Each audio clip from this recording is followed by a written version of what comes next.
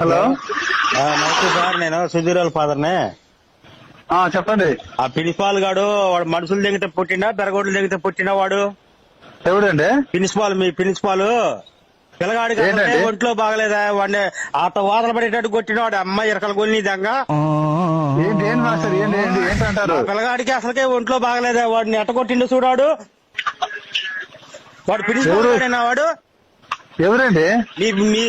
మీ sir ఏం పేరు? ఎందుకు పెట్టారంట? శ్యామ్ సార్ అంటే ఎవడు? మాట్లాడతారా అండి ఒకసారి? మా పిల్లగాడికి అసలుకే ఒంట్లో బాగలేదా, వాడు బెరగొడ్లు దగ్గర పుట్టినా మనుషుల దగ్గర పుట్టినవాడు. మీరు అట్లా మాట్లాడకండి. అట్ట మాట్లాడటం కాదు స్వామి, నేను ఎందుకు పంపిస్తున్నా వాడికి? అట్లా కాదండి, చదువు రాస్తాను ఎందుకో కొట్టుంటాడు. ఎందుకు కొడతారు చెప్పండి?